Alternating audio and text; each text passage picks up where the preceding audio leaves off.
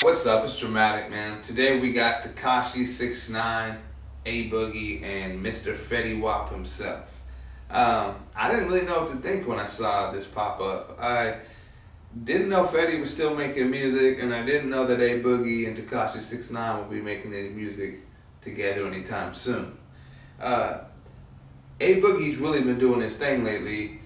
Tekashi, I've heard one song, I think it was Gummo, and I wasn't really digging that. It's a little too much for me. It's kind of like, if I wanted to hear that, I guess I'd go listen to some heavy metal or something. It reminded me of like screamo, like heavy metal, crazy shit. But like, shout out, man, that's your thing, man, that's your thing. So I'm gonna go into this one though as fair as I can, because I do like a majority of the artists in the song. I don't know much about 6IX9INE, so I'm not gonna say a damn thing, but I'll tell you this. I'm gonna be brutally honest. I'm gonna check this thing out. I'm gonna try and view it from where a fan would, and I don't know. Let's see what happens. On the regular, niggas want war, yeah, kick the door, yeah. Niggas want the sauce, yeah, shake 'em off, yeah. I'm still in the hole, yeah, bustin' drugs, yeah. Rolling through the city, yeah, with my niggas, yeah. Alright, so he kind of takes the old Lil Wayne Hot Boys flow back in the day. I can appreciate that, like when someone does that, as long as you pay homage.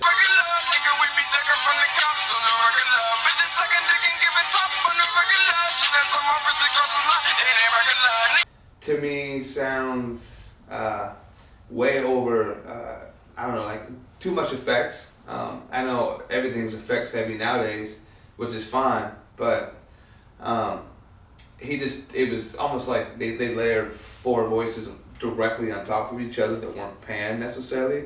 So it definitely kind of like layered on, everything was literally stacked on top of each other and you could hear it. I guess, I don't know, as an engineer maybe I'm too picky, but the hook itself could have been done better, and I don't know if it was Fetty Wap or if it was A Boogie, but the hook really wasn't very catchy. So as far as Tekashi's first verse, reminds me of like Onyx. I know the younger generation probably don't know too much about Onyx, but like Sticky Fingers used to just yell his brains out, but he was dope. So like, I'm just gonna take it from that perspective, appreciate what he likes and try and go from there.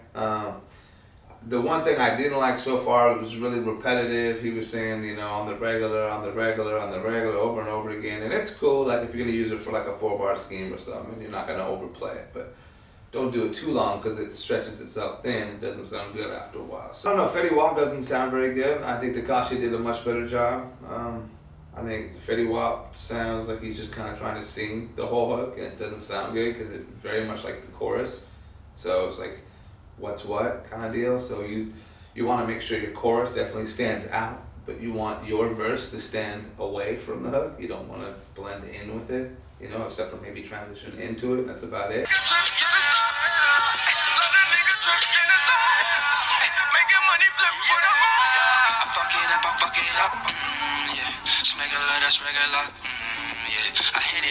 Alright, so then A Boogie comes in. Fetty Wap doesn't really do much more than what he did. He definitely didn't have a standout verse by any means. A Boogie starts rapping and it's real effect heavy like the rest of it. I think Tekashi sounded the most natural in the song, which I didn't expect coming into this. He spit bars.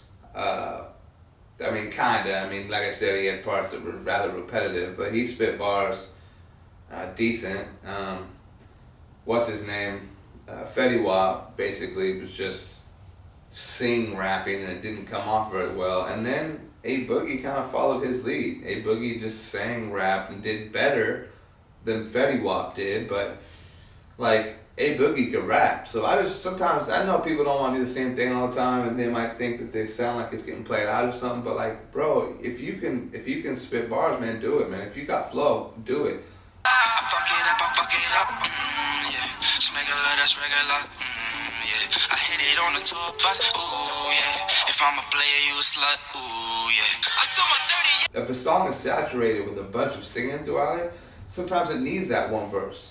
If a whole song is a bunch of singers and everyone's doing a great job, and then you just kind of break the monotony with like a 6/16, even if your verse is sick, it will stand out a lot. So I think at that point, A Boogie should have probably came in to spit a verse and it would have been tight. His whole little singing thing wasn't for me. So this song overall, I think, wasn't horribly bad, but it wasn't something I would put on my playlist either. It didn't stand out enough or have any star quality to it.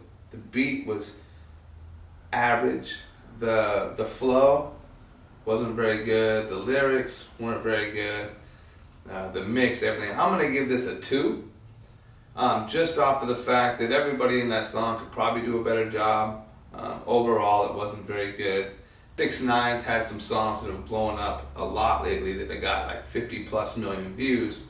So shout out to him because he's doing his thing. But I don't think this will be one of them. So hey, who knows? I'm just dramatic, right?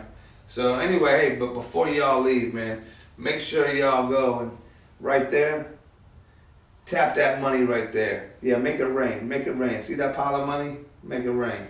So make it rain. Subscribe. I'm Drumatic. Until next time, I love y'all. Peace.